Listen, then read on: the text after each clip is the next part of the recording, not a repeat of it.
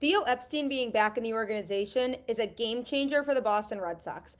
Why? You're about to find out. You are Locked On Red Sox, your daily Boston Red Sox podcast. Part of the Locked On Podcast Network, your team every day.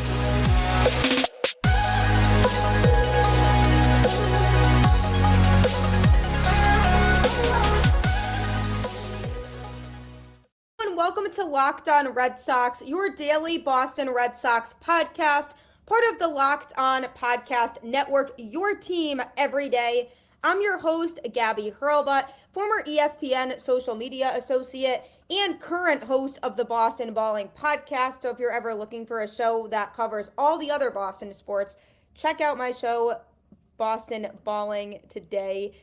And I am here, though, most importantly, to bring you the latest in all things Boston Red Sox, Monday through Friday, straight to your favorite podcast feed for free.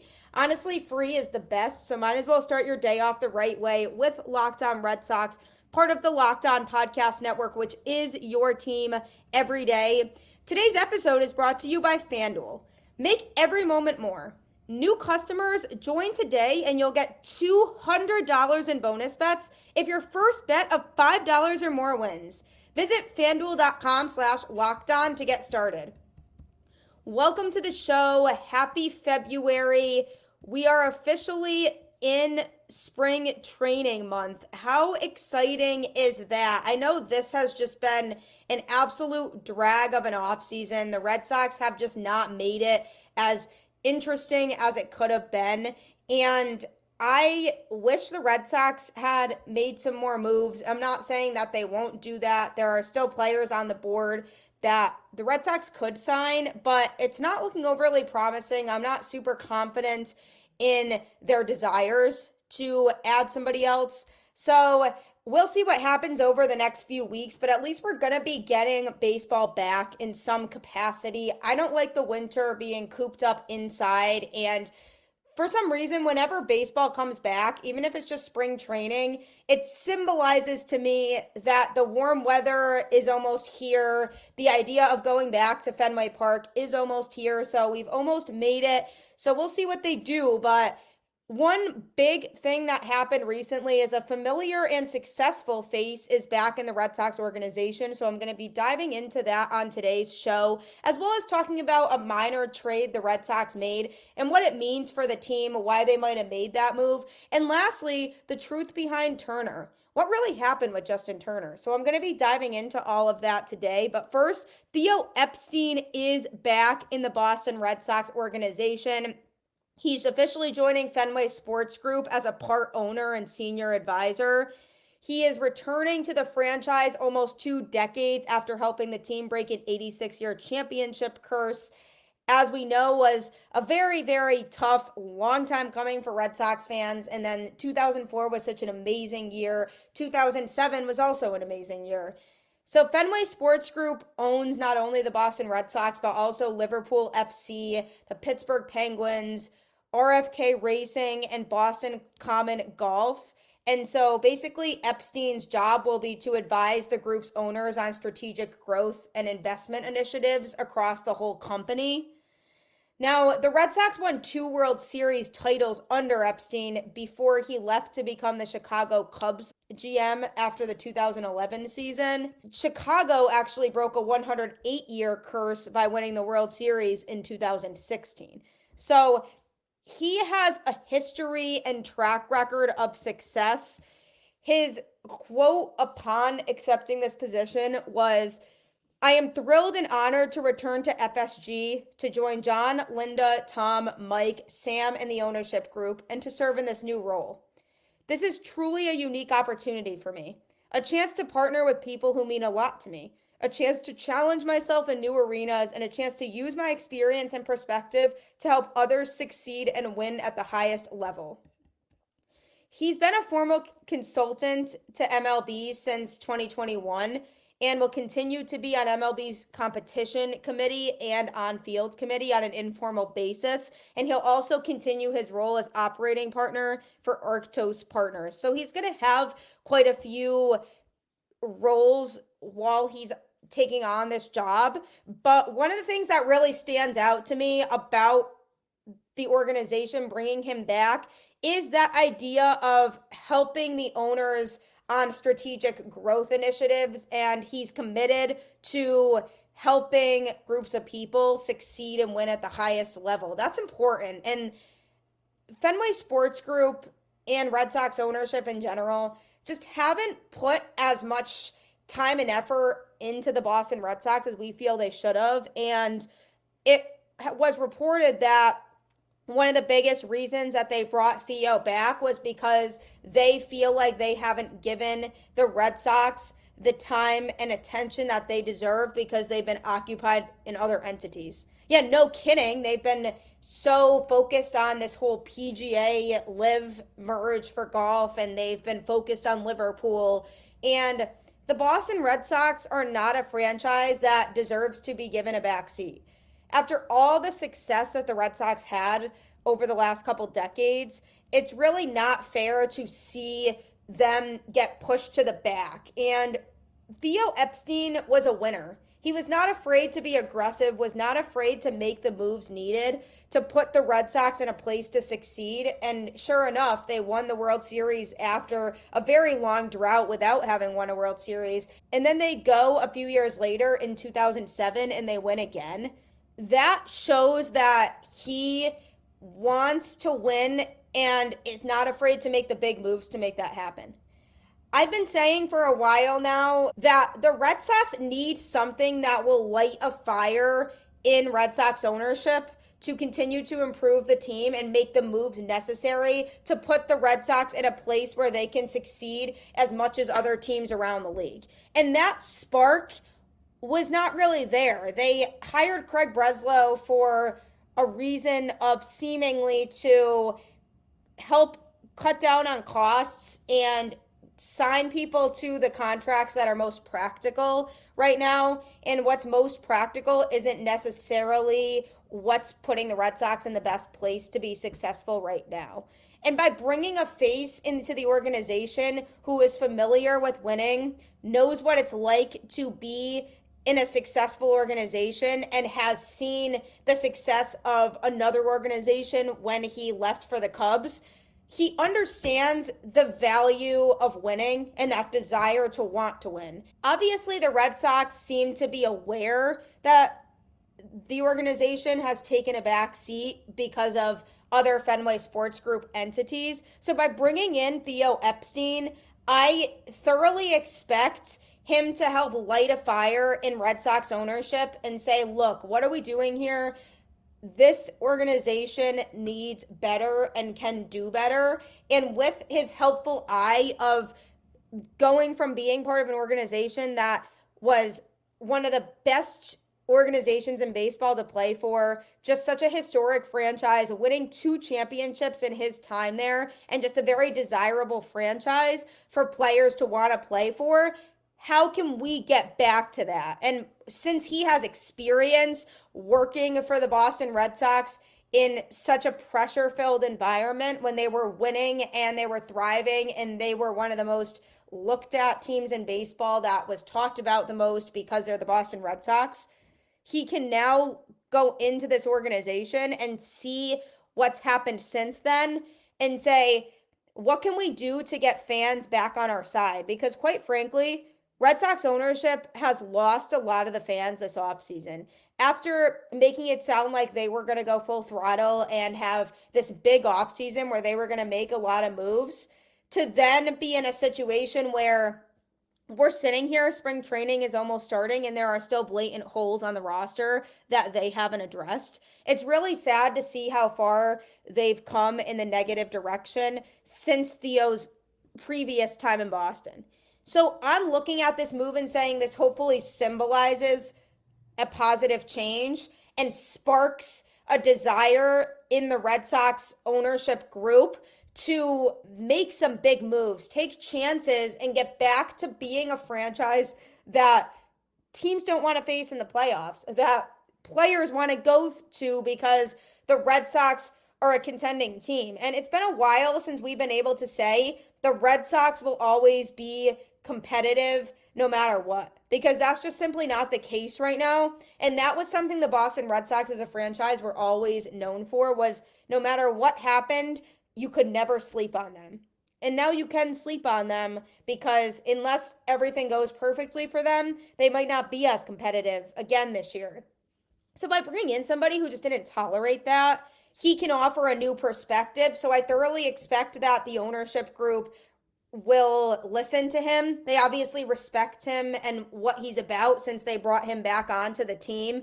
And I have to believe that this means that they saw what they were doing and lack thereof, and that this team was no longer as competitive as it used to be. And they're going to use that energy to say, okay, what can we do to utilize him to make this team better? And we're about to find out, but I have a feeling that it's going to spark something positive and some change. And we're going to see the Red Sox be more aggressive, even if it's not this offseason. I think in years to come, the mentality is going to change, because even though he's not going to have a direct impact on who comes to Boston, what players they're bringing in, because that's more of Craig Breslow's job to make those negotiations, him having a voice in this organization is going to be huge for the Boston Red Sox because of his track record. So I'll be interested in seeing what type of impact that makes, but I'm expecting it to be a positive one. Coming up, I'm going to be talking about a minor move that the Red Sox made that could work out a little bit better for the Red Sox than you might think. So that's coming up next.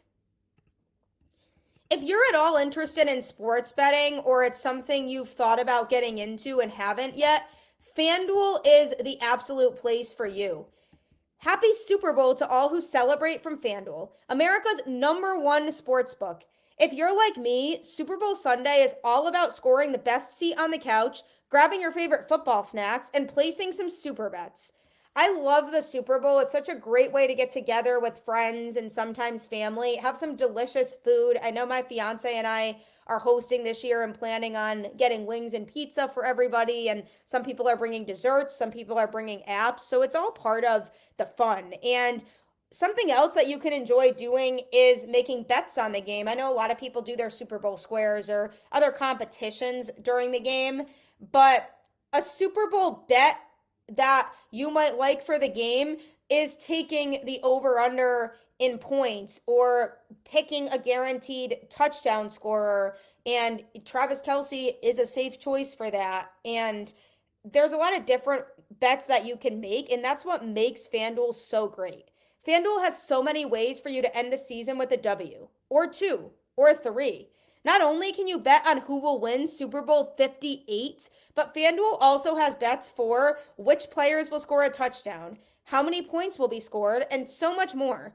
New customers join today and you'll get $200 in bonus bets if your first bet of $5 or more wins. Just visit FanDuel.com/LockedOn to sign up. That's FanDuel.com/LockedOn. Make every moment more with FanDuel, an official sportsbook partner of the NFL. I love FanDuel. There's so many opportunities to win money, and you can have that same type of experience. Just head to FanDuel today. Also, Locked On has launched the first ever national sports 24/7 streaming channel on YouTube. Locked On Sports Today is here for you 24/7, covering the top sports stories of the day with the local experts of Locked On, plus our national shows covering every league. Go to Locked On Sports Today on YouTube and subscribe to the first ever national sports 24/7 streaming channel. This is so cool for the network because nobody else does this. So if you want 24/7 access to everything going on in sports, subscribe to Locked On Sports Today on YouTube. The Boston Red Sox have made a minor trade the other day. It's not something to be super excited about, but it's also a decent move that makes sense for Boston. So the Red Sox acquired former San Francisco Giants catcher Tyler Heineman in a trade with the Mets for cash considerations. Heineman was claimed off of waivers by the Mets in December, but then they ultimately DFA'd him last week, which set the stage for this minor trade. Heineman was drafted in the 8th round of the 2012 MLB draft out of UCLA by the Astros, but it took him more than 7 years and 3 different organizations to make his big league debut with the Marlins in September of 2019. He's often been at the AAA level, used basically with a team when they need another catcher, and he gets called up to the majors for a short time. And then once the team's catching depth is back to being fully healthy and they don't really need him anymore, he ends up being DFA'd again, and another team claims him, and it's the same cycle over and over again. So his primary problem is that he hasn't really been able to stick with a major league team consistently, and he hasn't gotten a ton of playing time to the point where he hasn't fully proved himself as a catcher at the major league level. The Giants signed Heineman to a minor league free agent contract prior to the 2020 season.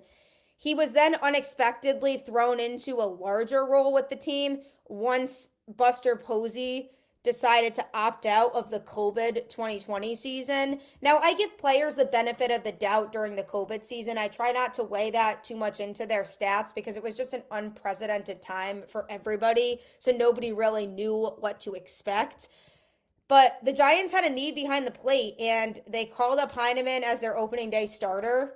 At that time, though, he was coming off the best minor league season of his career in 2019, and the Giants hoped he could carry that success to the majors. So in that best season of his career in the minors, he hit .336 with a .400 on base percentage and .590 slugging, with 17 doubles, 13 home runs, 21 walks, and 35 strikeouts in 273 plate appearances with the Marlins AAA affiliate.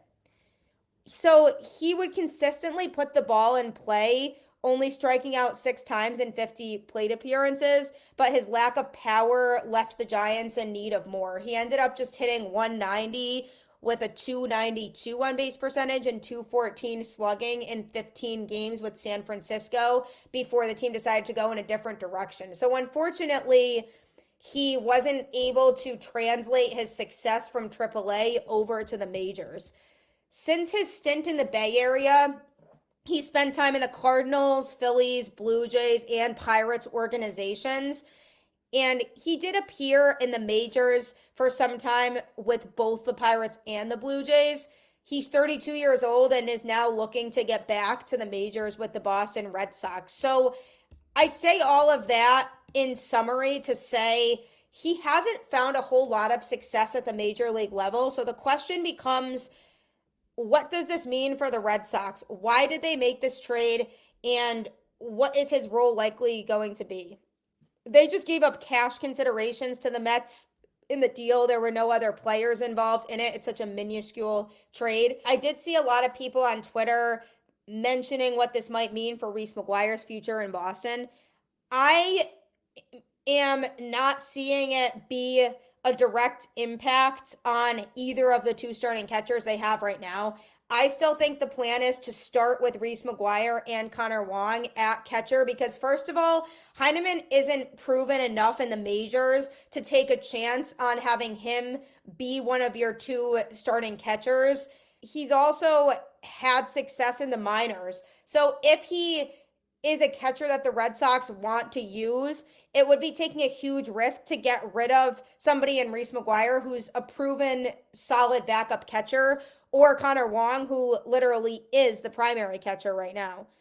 So my guess is that Heineman's going to stay in the minors and primarily be in AAA to help with pitching development, because guys like that who don't have a ton of success in the majors but have been able to play well in the minors can help some of the pitchers that the Red Sox have in the organization who will eventually come up and be part of the future of the franchise. So by bringing in Heineman, first of all, it's catching depth. So obviously you need to be prepared and you need that depth if Wong or McGuire were to get injured. So then they could call Heineman up to make some starts behind the plate in the majors. So that's one reason, just simply depth. But for 2, I don't think the intention right now is for him to play in the majors. And can he compete with Reese McGuire for a roster spot? Maybe. But I wouldn't read too much into this trade and say that this move is prefacing the fact that the Red Sox want to move one of their 2 catchers they have now. I definitely don't think that's the case. I think they still want to stick with what they have at catcher, and I really think that they should. Heineman has just bounced around from place to place. He really has never had his fair shot in the majors, and maybe he will with Boston, but I'm inclined to believe that they didn't make this trade with the intention of him playing in the majors. I really truly think that it's to help some of those pitchers that are down in AAA and help with their development so that they eventually can be called up and succeed at the major league level on the mound. So that's where I'm at with that trade. Is it going to work out in Boston's favor? Maybe. They didn't really give up much for him at all, so why not give it a shot, see how it goes?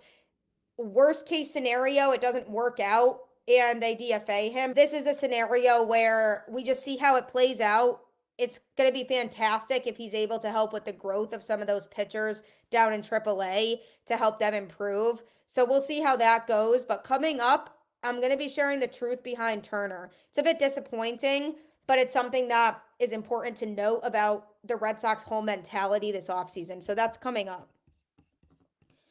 Don't forget that you can subscribe to Locked On Sports today on YouTube because the network has launched the first ever national sports 24/7 streaming channel. So we are here for you 24/7 covering the top sports stories of the day. So instead of feeling like you have to scroll through Twitter to catch up on all your sports news, our experts will keep you updated on everything going on. So no matter what time zone you're in or where you're at, it's a constant live stream. So head to Locked On Sports today on YouTube and subscribe.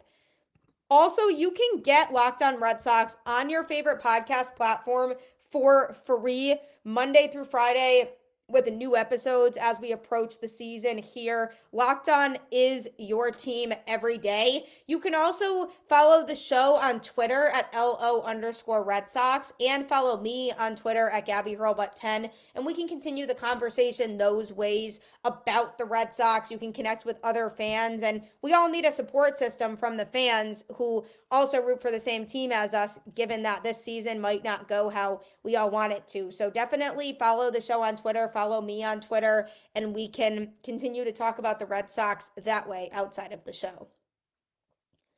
A fan favorite in Boston last year, Justin Turner, has signed with the Toronto Blue Jays, and it was such disappointing news as a Red Sox fan because he meant so much to Boston last year, and he is going to end up going down as one of the best one-year Red Sox players ever. He made such an impact. He had a career year at the plate, and his leadership just goes unmatched. He was just such a great clubhouse guy to have around. So the fact that he signed with the Blue Jays was disappointing, but what was even more disappointing is the news that he revealed after the fact about why he didn't end up coming back to Boston. And the most unfortunate part about it is that he thought it was going to be a no-brainer coming back to Boston. That was what he was banking on. He had a desire to stay with the Red Sox in 2024. His wife loved Boston. He loved Boston. He had thrived here. But the problem was the Red Sox. They didn't even want to entertain a conversation. He thought that as time went on, it was appearing to be less and less likely that the Red Sox were interested in bringing him back. And his mentality had to change of, okay, I need to start being open to other possibilities, other organizations. He thinks that the Red Sox front office shakeup played a role in the eventual departure because when the Red Sox fired Chaim Bloom and then brought in Craig Breslow, maybe Breslow didn't see as much value in bringing back Turner. Turner and his team approached the Red Sox, but they weren't interested in having a conversation, so that's ultimately why he left and went elsewhere. They weren't interested in a conversation with Justin Turner.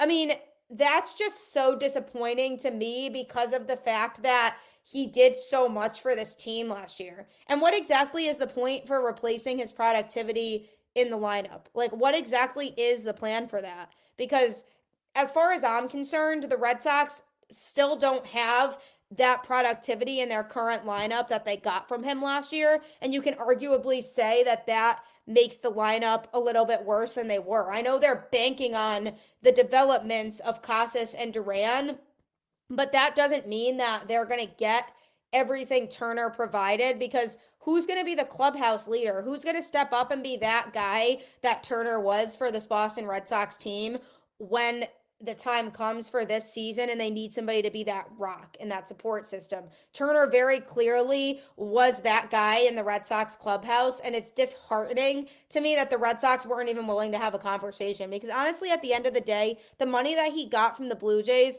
is something the Red Sox easily could have paid him. And I'm not saying they should have committed to him long term, but why not do another 1 year deal, and see where that goes, because he was more than willing to take a 1 year deal just like he did with the Blue Jays. And it's definitely heartbreaking to have heard him say, I really wanted to come back to Boston. It was something that I was banking on. For them to just not even be interested and to not even be interested in entertaining a conversation, it makes me feel really upset and a little bit disturbed at the fact that the Red Sox didn't value him enough to the point where they wanted to bring him back. And who knows whether that was a Craig Breslow thing because he wanted to rotate the DH spot more. And if they brought Turner back, they knew he would primarily be a DH. So that could have been Breslow's philosophy of, I don't feel like we need Justin Turner because I don't want a designated DH and I want to rotate people through that position. Or it could have been ownership saying, we're trying to get younger. We really want to just prioritize the growth of our younger players here. And we would rather develop some of them into becoming a DH than bring in a veteran who's already a DH and has that experience. So it's hard to really know for sure which one it is. But either way, the Red Sox significantly dropped the ball here. Justin Turner is a player that made sense to bring back in so many different ways. And there are not a lot of possible scenarios that I'm thinking of that are reasonable reasons to not bring him back. And you know what? The Red Sox need to take some time and look at themselves in the mirror and say, what are we really doing here? We just let a player walk who was one of the best clubhouse leaders that we've had in a long time. And if it weren't for him, the Red Sox probably would have lost some more games last year. And also, they mentioned the development of Casas, how they want to see him continue to grow. Casas's development would not have been where it was at last year had it not been for Turner. So wouldn't they want somebody like that to come back and continue to help the growth and development of these guys even more? It doesn't make sense to me that they wouldn't even have a conversation about it. I mean, I get if there's a conversation involved and they were deep in talks and the sides couldn't work out an agreement. That's different because that shows effort. And I've emphasized all offseason that effort is what I care about. I want to see them put in that time to try to negotiate with the players that they want to bring into Boston.